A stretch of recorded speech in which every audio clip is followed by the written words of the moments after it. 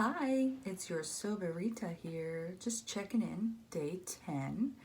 And at present, I have saved $250. I've saved 50 hours and about 12,500 calories by going alcohol free. Since the last time I checked in, makeup challenge number 1, so this is part 2. I have to say that some of the things I noticed was that when I finished my last video, I felt very accomplished, and then I wanted to sit down and put my feet up and crack a beer. And it reminded me that that's how I would treat successes, I guess, in my life. So I need to learn different ways to do that.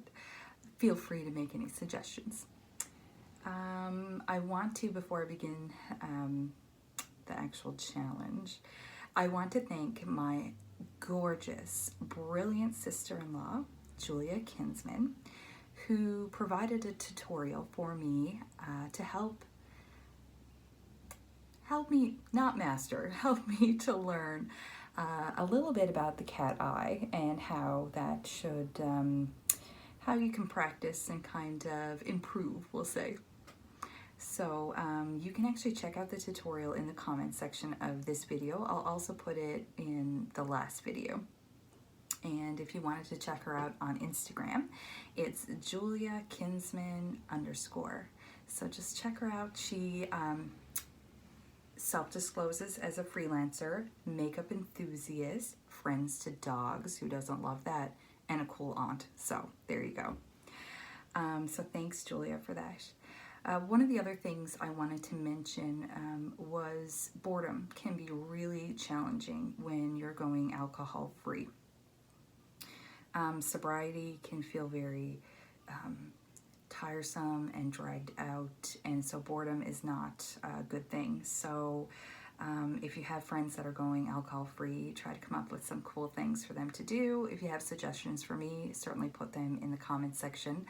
I did have a friend reach out and she asked me if I wanted to join a chair yoga class, and so I took her up on it. So yesterday I took part in a Zoom chair yoga, which I have to say is a remarkable method for doing this type of beginner class, because we've all been there in a beginner class where somebody namastes up next to you and they look like they were just birthed out of the teacher just to put next to you the ability to show you just how non-flexible you are. So a Zoom chair yoga class enabled me to turn off my camera, and when the teacher said to bend at the waist and to touch your toes, I nicked one toe, and that was good enough for me. So there you go. So if you have any suggestions on what to do for not only my challenges, but anything to beat boredom, now is definitely the time of year that we all want to beat that boredom. So yeah, send me some information about what you'd like to see me do in terms of challenges. I have already reached out to a colleague and friend who's going to teach me how to do a handstand. I'm 40, so that's going to be funny.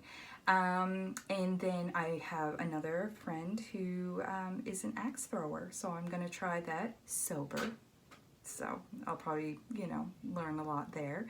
And then I have another coworker friend who does line dancing, and she's a dance teacher, so get ready for that. But to move on to today's challenge, I use Julia's tutorial to try a cat eye.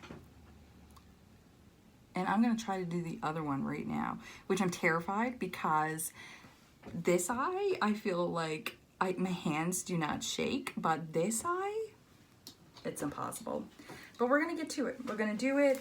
And this is our tutorial on a cat eye. Well, not our tutorial. This is our challenge to get a cat eye underway.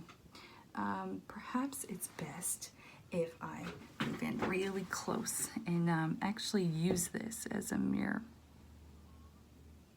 I'm less confident with this side and far more confident with the other side. but this is the challenge. And if you also notice, I put on darker eyeliner so that I could hide some mistakes that I might make. Oh, here's the thing too that I noticed. So, it's kind of dark. My eyelids actually fold over the lower one. So in the tutorials, like in Julia's, it talks about sort of aiming upward using the bottom eyelid, and then joining it in with your top eyelid. But I've got what I think is called a hooded eyelid, so it makes it a little bit, it's a bit strange. I don't know, not strange, but it's a little more challenging maybe. I don't know. So we're gonna bring it out. Whew. And then I'm going to sort of like aim up this way. And I always feel like I'm going too far. Like I feel like I'm writing on my face. Like I'm no longer doing makeup, but I'm just going too far out. This one's a little bit more whoosh, swooshy, whereas this one's a little bit straighter. But and then she brings it back real nice.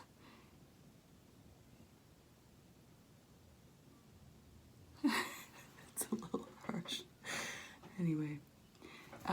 Okay, so bottom line is I got something I can work on. But one side is definitely not like the other. Whatever. I'm so thrilled that I even tried, because let me tell you, I have never done this before. So when do you break out your cat eye? Is it a regular part of your routine, or is it something you break out on a special occasion? Let me know in the comments. And then the next video, stay tuned, is actually with my dad. So I'm so pumped that he's going to be a part of the next video. He doesn't really know what we're going to do, so I'm going to kind of keep that a surprise for now. Yeah, I think you'll like him. Okay. Instead of this, how about that? So instead of drinking, how about learning how to do a cat eye? Thanks, everybody. Take care.